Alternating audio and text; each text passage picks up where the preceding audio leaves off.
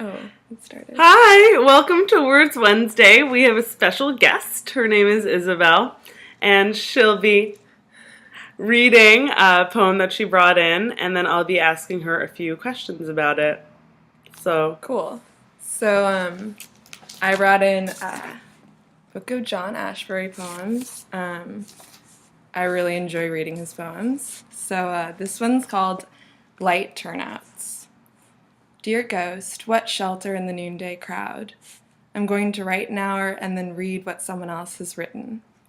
You've no mansion for this to happen in, but your adventures are like safe houses. Your knowing where to stop, an adventure of another order, like seizing the weather. We too are embroiled in this scene of happening, and when we speak the same phrase together, we used to have one of those. It matters like a shot in the dark. One of us stays behind, one of us advances on the bridge as on a carpet. Life, it's marvelous, follows and falls behind. So, I think that's a pretty good poem. I think it's kind of elliptical, and I like it because I don't totally get it, but I think like all of Ashbery's poems. right, right. That kind of postmodernist idea that language is like in a vacuum, and things are. I mean, I think good poems resist like being able to define them and what's good about them.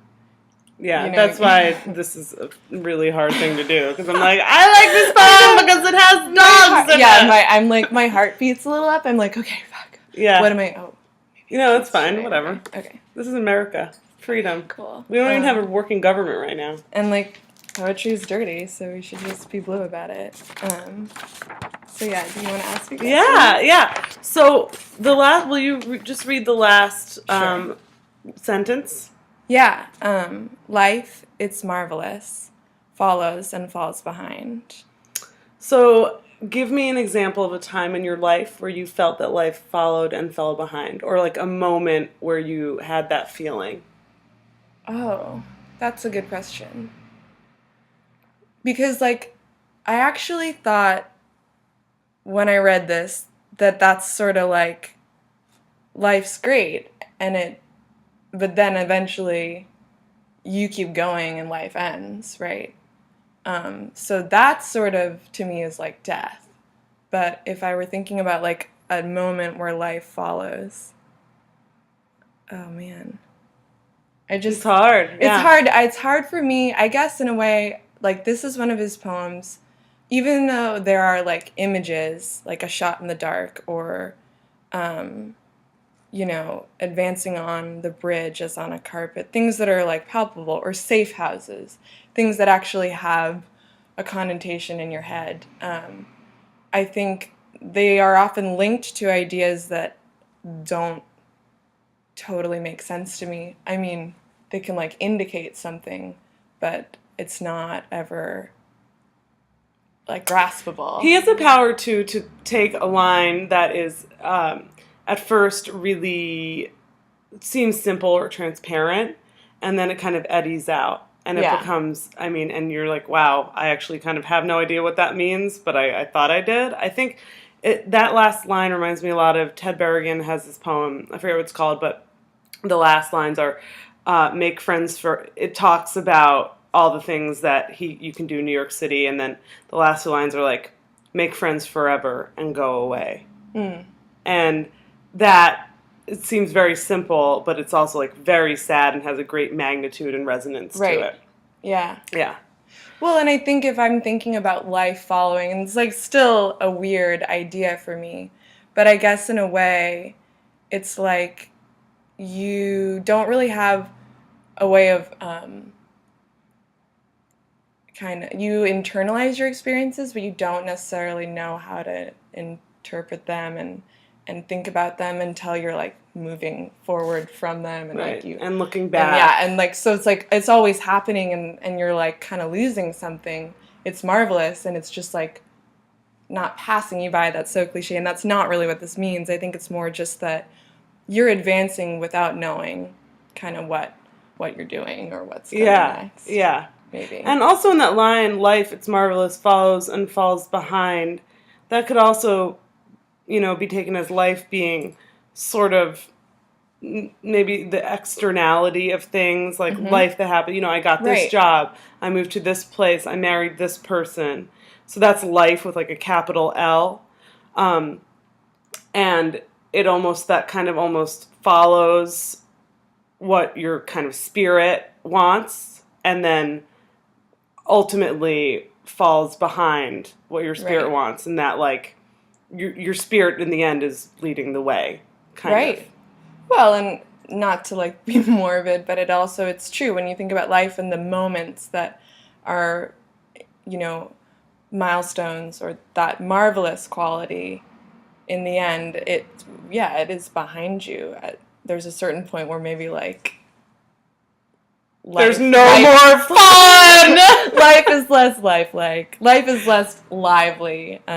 Yeah. But I think it's to get I think the things he's saying in the poem, even though it does feel to me like it's about death, I like poems that begin with an address. Dear Ghost is also like pretty awesome. Like it could almost be the way that romantic poets address spirits, or it's like it's a ghost. It's maybe, but it's also maybe a muse or something. It could also be him talking to himself. Right. To like a previous version of himself. Yeah. Dear Ghost, what shelter in the noonday crowd. And also that feeling, I mean, I always used to get it in New York, where you're walking in just a huge crowd of people, and you almost feel like a ghost. You feel very ghost-like, because your presence isn't really felt by the people around you, as long as you don't like bump into them or, you know. And in a way it is sheltering, but I think then he sort of investigates that in the poem a little bit. Right. It does seem like there is movement, and then there's like, when he says we two are embroiled in this scene of happening, that seems like what we were talking about, the movement of life, and somehow that's kind of out of sync with our experience of it, maybe, I don't know. It's very elliptical, and that's a great way to put it. The Yeah. movement of life, and our experience of being out of sync with that forward movement. Yeah. So I think the last thing that I wrote in my notes was that it sounds like a poem. No, it's so cute. I'm usually just like, They're there's not- a poem. They're not extensive. They're very on extensive. But I did write that it sounds like a poem, and that I know is like, I know what I meant, which is that That's in red pen. That's really important. I like a lot of the poems that I like of people like Ashbery, or maybe somebody like Auden or Stevens. It's very much, it's beautiful, and it definitely is impossible to locate exactly where the meaning is.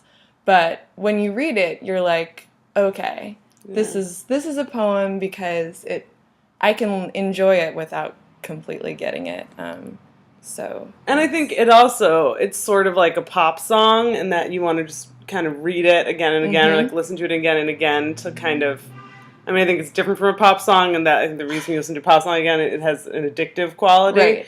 But I think his poems, you kind of are like, okay, if I read it one more time, I will totally get it. And you never quite totally get it. And then you come to a point where you realize that's probably part of the point. Right. Yeah. And part of what he's saying is that this is life with a capital L. You're never going to totally understand everything that's going on, and everything, and maybe in the end the meaning is yours to take. Well, and just that, like, there is this, it's elegant and it is spare. It's like, it's beautiful writing, but there's not always much left for you to kind of mull over. It's really, in some ways, it's just language. Yeah. Yeah. Yeah, and that, I think that, and Jory Graham will do that, where you kind of have to, what I get out of poems like these are to see where your experience and your feelings intersect with that language, and with almost like very Zen aphorisms in a way. No, I think we're always filling in the blanks in poetry, in the sense that, like, poets know, like, it's a product you don't really have to sell. It sells itself, right? Because you will interpret it. You'll add your own meaning to it, whether they like it or not. Yeah, and that's often the difference between a good poem and a bad poem is that, a good poem doesn't make you feel like you're supposed to feel a certain way. It's a very kind of organic quality when what you get out of it. Totally. Well, thank you, Isabel. You're welcome. Thanks. I hope to guest star again on Word Wednesdays. She will. Great now job. that I've popped my cherry. So appropriate, this video. Well, thank you for joining us, and I'll see you next time.